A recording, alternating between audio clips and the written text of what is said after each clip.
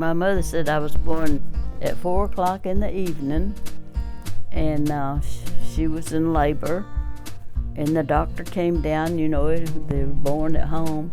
So he went fishing while waiting on her to deliver. That's about all. But she did tell me I was born at 4 o'clock, and the doctor went fishing while he was waiting. Tom Vincent. He was a farmer, but he didn't do much of the farming. He also always had an extra side job. One thing he did that was interesting and would be, is he had a butchering job. He butchered hogs for the public, or for the Talladega, mostly his people that used his meat. And I remember sometimes he would kill as many as 12 hogs a day, and they would make the sausage, and he would cut the meat out. He knew how to cut the pork chops and the tenderloin and the different parts. He would cut that out, but then the boys would grind the sausage. We would mix. I learned to mix the sausage and how much pepper. And we had one lady, Pure Fall Hotel in Talladega, that had to have real lean sausage. So she had 25 pounds a week, real lean, and it had to be special made. So he always did that one. But then he had the other customers that used different parts of the meat. Anyway, I would have to get up at 4 o'clock in the morning, me and my sister, and mold those sausage in pound molds. We had about a 2x3 or 3x5, whatever, mold, and we had to mold those sausage before he could leave out that morning to take them to deliver. My daddy I don't say he was better, but he didn't drink, he didn't mess around like that, and he took care of his family, and he took care of his brother's families a lot when they were in trouble and things like that, and so that's why she chose him. My mother's name was Willie. She was a housewife. She kept house. She had 10 children. She was busy. So anyway, she enjoyed her job. She could go in the kitchen with a dish rag and come out with a meal on the table. She would go out and kill a chicken and come in and cook it. Okay, my oldest brother was he was a smart man, smart boy. But he was Mama's boy. I remember one time, well, no, it wasn't just one time, it's always, but he was still at home, but he was a pretty good sized man. He would go to bed, and then they'd say, "Mama, come cover me up." She would go cover him up, and just things like that we lived with. And we had, I had a sister that was just under him, and I don't remember too much about her, except on Saturdays, she'd get her bath, and after dinner, she would take off to a friend's house and spend the weekend. That was her weekend. And then I had another brother. He was so nice. His name was Jim, but his name was Thomas, but we called him Jim. But he ended up leaving home at 18, going to play ball at Goodyear in Cedartown, Georgia. He promised my mother he'd come back and go to school that next year, but he got a job, got a girlfriend, and he didn't come back. He ended up marrying up there and staying up there and living up there. But he did go on and play ball with the Boston White Sox one summer, but she wouldn't stay, so they had to come back. Then my next one was a sister. She stayed home, and she was mostly the babysitter. And then she ended up in California, marrying and going to California. And then the next one was a girl. She stayed home and married around Lincoln, just like 2 or 3 of us. Her name was Grace Vincent Butler. And then my brother, under her, he stayed around, and he and I were in the same grade twice at school, because he was pretty slow. He wasn't slow in mind, but he just didn't work. He didn't like school. But his name was Ernest. We called him Son. Everybody called him Son. Everybody around Lincoln did. And he was drafted into the Army in a high school. We were in the same grade at high school. And he left and stayed in the Army until it was over. And then there where I was, 7th one. Don't you know they were happy when that 7th one was coming? 1925. Yep, I'm 93. I'll be 94 this summer. When I went to school, nobody went with me, and I was only 6. And my cousin carried me and told me, "There's your room." And I went in there, and teacher, of course, asked me my name, and I told her, and she spelled it Marjorie, and my cousin was Margie. Well, they always accused me of changing my name, and I said, I did not change my name. That teacher wrote it, and I didn't know one letter from the other, and that's how she spelled it, and that's how I went with that spelling. And so they finally quit telling me I told them the story, because I did not change it. Okay, and the next one was Bernice. She was just younger than me, and we were real good buddies. We always were. But she she didn't do very much. She didn't like to mix with just anybody. We had company. If she didn't like the girls or the kids, she would be ugly, or she just wouldn't bother with them. Then I had to take over, because I couldn't hurt the little kid, anybody's feelings. Well, one Sunday morning we were getting ready to go to church, and I don't know why she wanted to wear one of my dresses. And you know, we didn't have that many dresses. And I didn't want her to wear it, and I wasn't going to let her wear it. But anyway, my mother told me she could wear the dress. But I still didn't want her to, and so she gave me 2 licks. And that's the only spanking I ever got in my life, was 2 licks, because I didn't want her to wear my dress. But she wore the dress. I thought she had rusty knees. But she really didn't. She was a little darker complected than me and a little heavier than me, and I was real skinny, and she had good knees, and I just thought they didn't look good. And Bernice is gone. She's dead now, but she's heard me tell this over and over, or she would just be getting on to me right now. Then there was my brother under her.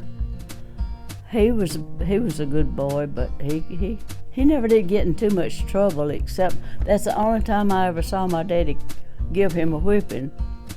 He had told him of a crowd that he did not go with, and he went with them anyway. And when he did, he got a good whipping. He didn't do it anymore. So then my baby sister, Lord have mercy, she never had to do a thing, and still thinks she shouldn't. She's the only one living, just me and her. And we get together, and she'll come down and spend time with me. She lives in Franklin, Tennessee. Her name was Mary Alice. My oldest brother named her. I don't know if he had a girlfriend that name or not, but she never had to do anything, and she don't remember ever doing anything. So when she comes down and visits, we both got trailers down at the river, and we go to ours. She goes to hers and I go to mine. But she comes over for supper every night. I have to cook because she says I don't cook. So, but we get along. To me, I don't know for sure, but I think every one of us was named after some of the relatives. My oldest brother was John Arthur. Well, she had a son-in-law that was named Arthur. He was a preacher, and she thought that was the thing to do. And then my sister was Martha Elizabeth, and that was named after both of her, our grandmothers. And then, let's see, Thomas Julian. My mother had a brother named Julian. And then Lillian Evelyn, let's see, that was one of my daddy's sisters was Lillian. And then Willie Grace, and that was my mother's name was Willie. And Ernest Wesley, my brother's name was Ernest Wesley, which was one of my grandmother's nephew. And Margarie Louise, she had a granddaughter named Margie. Her name was Martha Josephine Sullivan before she married the Vincent. And they lived around Lincoln. She had one brother that lived there, but she had a bunch of sisters. I never did see any of them. I saw her brother. We would go visit when I was a kid every once in a while.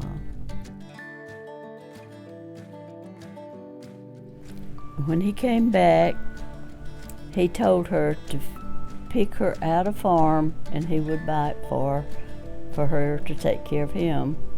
So she picked out that one there at Lincoln, and they lived there, and my daddy was born there in that place, and he lived there the rest of his life. And I still had the papers of where he bought the farm from me.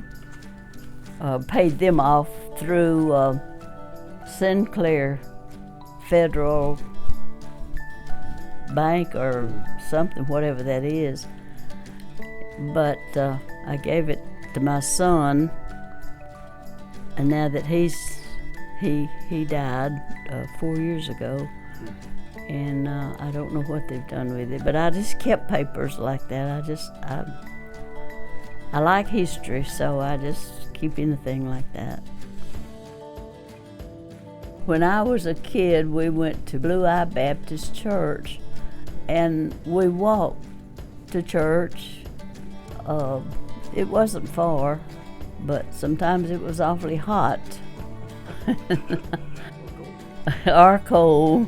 Well, we didn't have much church in the wintertime because we just had a big old pot heater, and it was not a tight church. It would have leaves in it from Sunday to Sunday.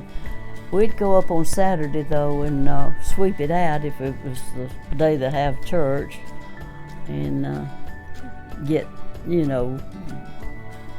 the door open.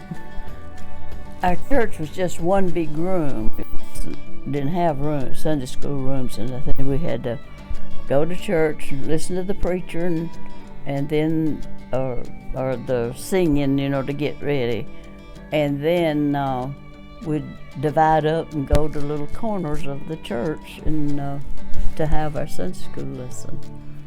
And I still like those Sunday school cards that we had. We didn't have a book, the Louisiana class or I don't know how far it went, but we had cards, had a picture on it, and then had the Bible story.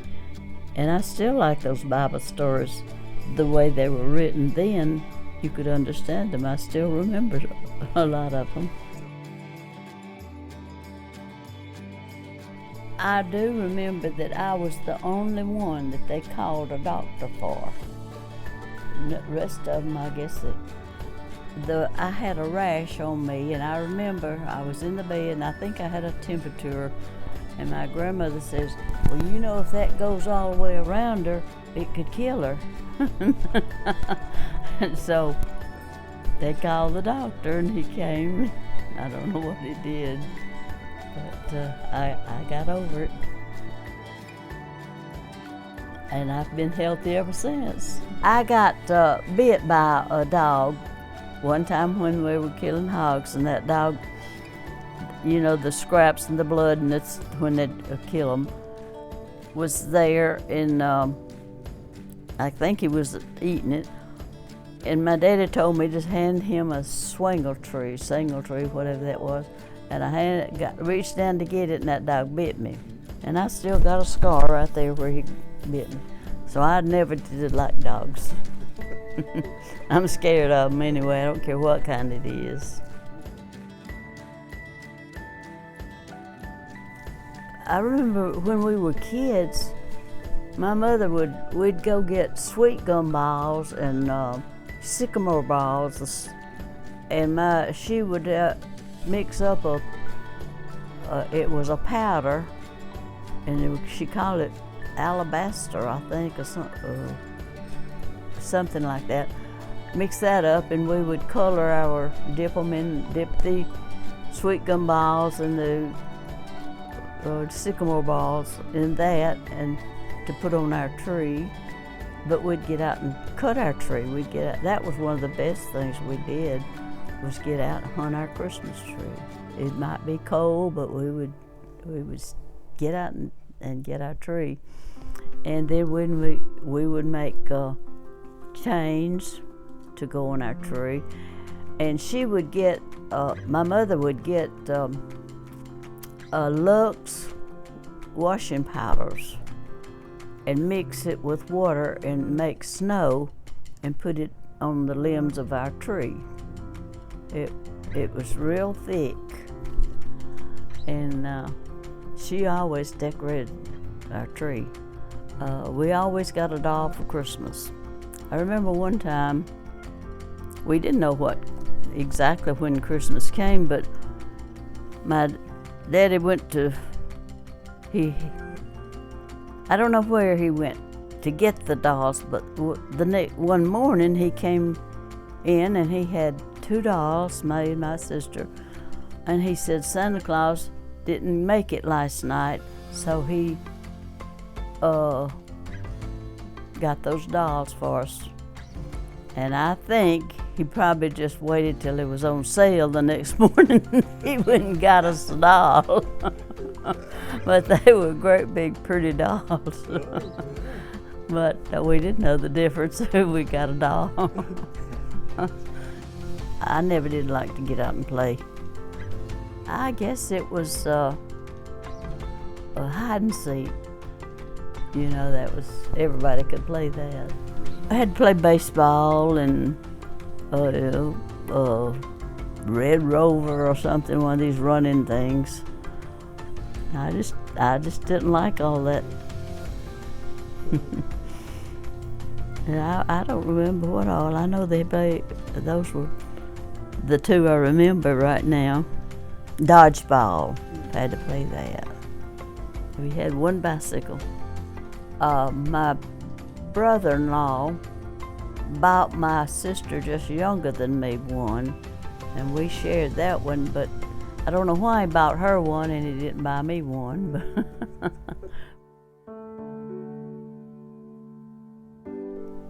we had proms, senior and junior and senior. And that's when I got engaged, was after a prom one time. And we had my sister in California. Now just remember, that's been about 80 years ago, or 70 years ago. She made my dress and mailed it to me, and it fit. It was blue, and it wasn't revealing either. It was a dress and had little puff sleeves. It sure didn't show all of my back, my neck, all that. And there was one girl that had one that was real slim, sleeky looking, and everybody just thought that was the awfulest thing in the world. It was the doctor's daughter, and she had older sisters, and I know it was one of hers, but and I won't ever forget, it was a light brown. She thought she was dressed up, but she was the only one that looked like that. Our junior year, we had to pick cotton for this farmer to get money to pay for our band. We picked enough to pay. It was $25, but they let us out to go one day of school. And I won't ever forget, we went to this Mr. Welch's farm and picked all day, and there was a spring there, and we carried our sack lunch and had our lunch there, and we made enough to pay for our band. And then we had to go out on the road and gather running roses that was growing wild to decorate. And I don't remember how many we got, but that's where we got our decorations. Well, back then, there wouldn't be but one or two cars in the high school that anybody could ride in. And my brother's son, he happened to have a truck, or we did. It wasn't his, it was my daddy's, but he would get the truck and date, and he was dating Millie. That was Buddy's sister. So I met through them, and that's how we got together. And so they married, son and Millie married April the 2nd, and then we married April the 24th. Oh, wow. We dated together, and we did everything together, but we had parties in the community, and that's how we had just, and we'd go, and when we have the party, they'd have these walking games, spin the bottle, that kind of stuff. And then if we had this family, there was 3 or 4 boys that made music, and if they went, we danced. And my mom and daddy would pull back the couch and let us dance, come there and dance anytime we wanted to, and have our parties.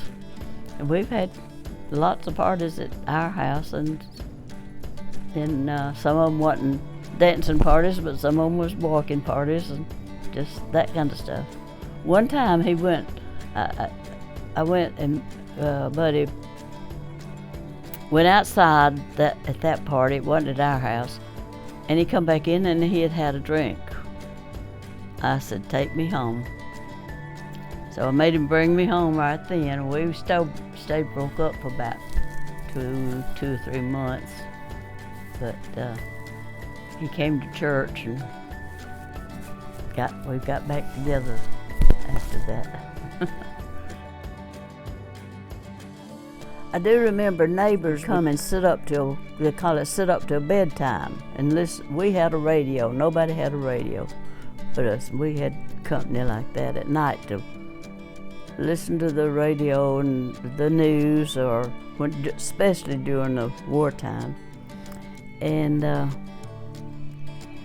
I don't remember too much about anything except I remember them talking about, we're going to be in war, we're going to do that. And my bed was in the room where we didn't have a separate living room, just had the beds and the couches and things all in the fireplace room. And I would hear them talking about, we're going to have war and we're going to be, it scared me to death. I was expecting to be the next day. But that's about all I remember about that kind of stuff. Her name was Catherine Franklin. And we'd spend the night with each other, and we did date some together. And then when she got married, she went off to somewhere, I don't know where. And then she and her sister and I got to be friends because she stayed around Lincoln and I did too. Then we got to where we'd take trips together after we got older and married, and we'd take trips together, and she was buried 3 weeks ago. She was 97. And her name was Virginia Franklin Young. But we were real dear friends. She and I were, more so than the other one after we got older. We had a fireplace at one time, and then later we had a big old heater with a jacket on, or what you call it. And we had 2 beds in every room, except my grandmother's room. She had her own room, and we didn't bother it. I remember all of my teachers' names. My first teacher was named Miss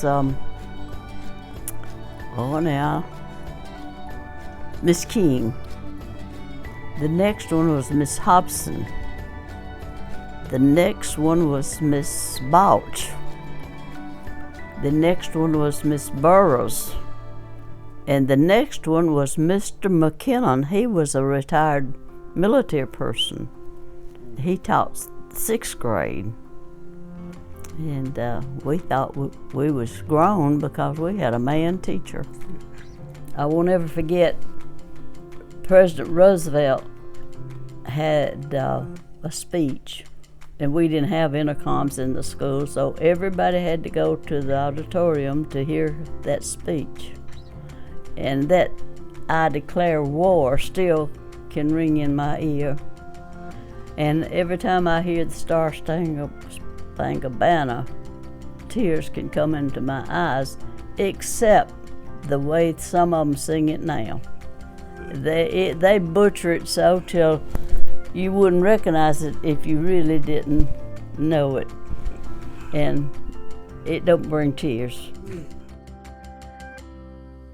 We were in grammar school, and there was going to be a Shirley Temple movie in Talladega.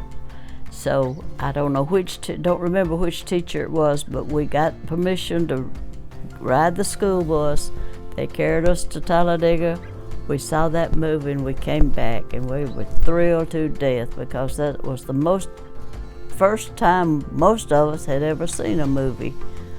And several years ago, I ordered that whole series of Shirley Temple, but I hadn't got to watch them. But this time, we're gonna have a Shirley Temple movie evening down at the river, my nieces and nephews, as soon as we can get together. The Home Economics Club, whatever it's called, I've got now, and I was an officer in that club. The officers went to Montevallo College for a convention, and I remember we rode that little old a train that blows out smoke and all that kind of stuff. We rode that train, and it took us all the morning to get to Montevallo. We got there, we was a little dusty, but we enjoyed the ride because it was on the train. Buddy bought a little old tacky, kind of a convertible. It wasn't a nice looking, it was just a tacky thing. And I told him, I am not going to ride in that thing. And so I got it out by myself when he was at work to drive. And I was going up the road. I ran it in the ditch, but I got it out and got home. But it was the ugliest thing, and I said, I'm not riding that thing. And he didn't keep it long. After I married, and it was wartime, I worked at Brecon, which was a powder plant in Talladega. I worked in the cafeteria, and it was out on the powder line for the workers. And then I worked in the cafeteria there, the main cafeteria there. And then I didn't work after then for 20 years. Then I went to work at a pants factory. I saw an ad on the TV. It said, if a woman doesn't go to work by the time she's 40 years old, it would be hard for her to get a job. And I had always wanted to work, but I had kids and I didn't want to leave them. And so I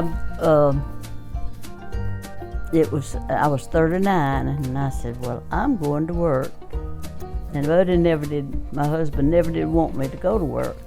So he said, if you can do what you have to do here, keep things going here, well, you can go to work. So I went out and I got a job that week up in a pants factory as a quality control. And I worked there 8 years, and then after he died, I got an application and went to work at Fort McClellan and worked there the rest of the time. But while I was in there, I worked in the up in the cashier department. Anyway, I thought, there's better jobs here and I want one of them. So I went to business school at 47, and I got me a job, a better job. I called it just a supply job, and my boss said, just a supply job? What kind of responsibility you think you got? I know they said, now be sure now, we was going to work on the computer. Be sure you don't punch in and order us a whole carload of whatever we were ordering. I thought, Lord, I don't want this. I'd be scared to death. and they was going to send me to school for work on the computer, and I said, no, I'm going home. We got married at a preacher Wade's house in Talladega. We went to his house, and he had it all fixed up and ready for us, and his wife was there, and his buddy's mother, and then of course Son and Millie was there. We were always together with everything. And then we walked back home. We had an apartment across the street from the preacher. We walked back home, and then me and him walked to Talladega, went to the movie. He didn't have a car. And then we got a taxi back, and the taxi ran off of the culvert, and he had to get out there, and they had to get that car out of that ditch. Oh, we didn't have a honeymoon. They didn't do that much then. They just got married and went home, you know. I guess rich folks did, but we were not rich. So. And Ms. Malone his mother had to live with us. I mean, he hadn't been out of the Army long and didn't have a job. Yeah, he did have a job. He was working out at Brecon. But anyway, we lived with her, and he asked me, he says, now, do you want to take over the bills and the cooking and everything in the, with with Mama, and I said, no, let her do it. Or he said, did you, or let her do it. I said, no, let her do it. Because I didn't want to take over. Anyway, we stayed there 3 months, and I said, I appreciate Oscar Hall, that was his brother-in-law, because he went into the Navy, and Ms. Malone and his youngest sister moved out with his sister, and we had it by ourselves. We were married, I think it's about 9 years before we bought a house. A little greenhouse down in Lincoln. It was 3 bed. No, it was only 2 bedrooms. One room was a long room. I don't know, it wasn't supposed to have been a bedroom. I don't know what it's supposed to have been. But we made 2 bedrooms out of it because we had a boy and a girl then. And so we lived there till, next house was a house there inside of Lincoln in the city limits, right behind the high school, because when I went to work, I said we need to be closer because of the school, and that's what we did. We moved into Lincoln, and it was across the street from school. And that way, Sheila, one of my daughters, could keep Rhonda while I worked, and I didn't have to have a babysitter. First, we had, Wayne was the oldest. We was married a year. He was born, and he was a boy. And then in a year and a half, we had a Sandra. So we had those 2 kids within 3 years. And then we didn't have any more for, we was getting close to 30, and I said, these kids are growing up. We're gonna be sitting by ourselves before you know it. So we had one more, which was Sheila. And then later on, we had Rhonda. And there was about 7 years difference in them. When they left the hospital, they said, we'll see you in about 6 years. And I said, no, you won't either. And they didn't. So anyway, that was the 4, but I lost Wayne 4 years ago. That was bad. Well, Wayne and Sandra got along real good, except he could just make her so mad, picking at her or doing things to her, and she cried a lot. And he would get in trouble because Rhonda cried, Sheila cried, that other one, Sandra, cried. And then they were both in school when Sheila was born. She was the 3rd one. Then, long about then, they were both in high school, and they were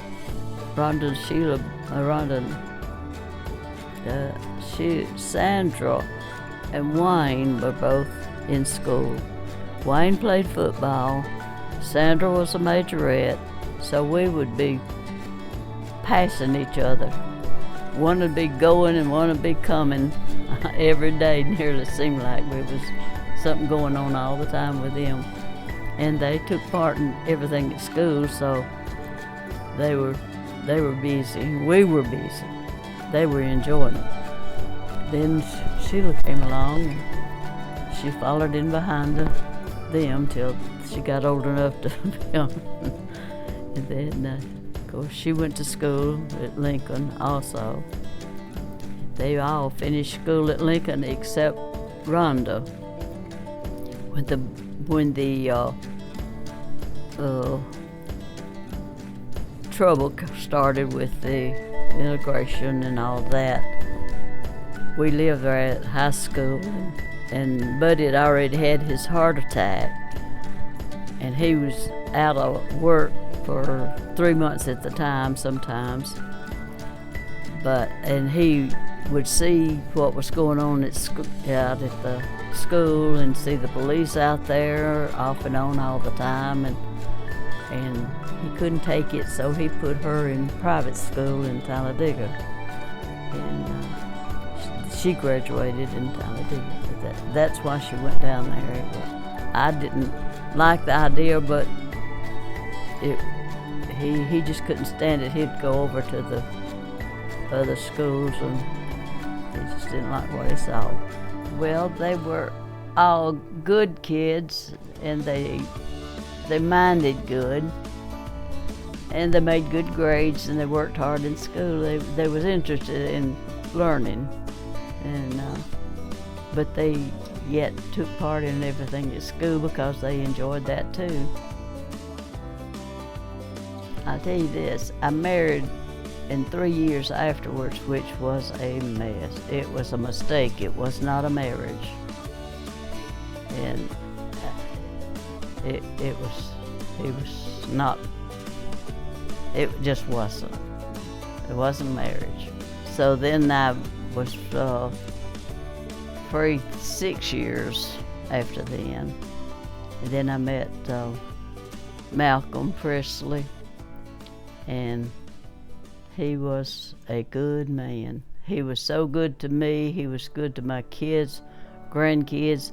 They didn't more mind asking him to do something for them or help them out with something as they would their own daddy. And he was the same way with the grandkids. And he had 3 sons, and they all died before they were 25. And so his wife died along about that time also. So he lost his entire family within 3 years. So he was he was a lonely man. But he was, after he moved into the family, he enjoyed the family and was just good to all of us. And we just had a good marriage. To live a good life, but to enjoy what they do, don't, and especially depend on God to help them through everything they go. That's what I've had to do. There's been times that I have had problems that I didn't want to discuss with nobody, so I had him to lean on. And and I still tell them that God comes first.